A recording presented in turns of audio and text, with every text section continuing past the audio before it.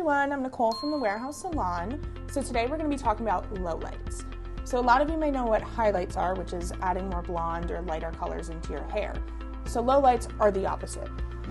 Lowlights are adding a darker hair color into your hair using a foil. So if you're feeling very blonde or your natural hair color just is getting a little boring to you, but you don't really want to lighten it, you can put a darker shade into your hair to create more contrast and depth.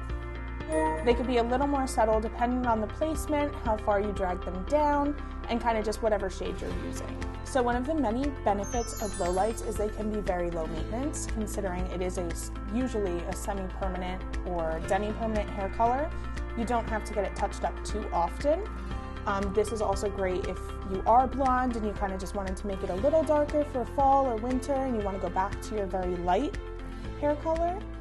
I personally love the Whipped Cream and Honey and then the Moxie conditioner. It's just very moisturizing, which is good anytime you're putting any type of color in your hair. Lowlights can be great if you're not ready for a complete change and just want a slight change of your look.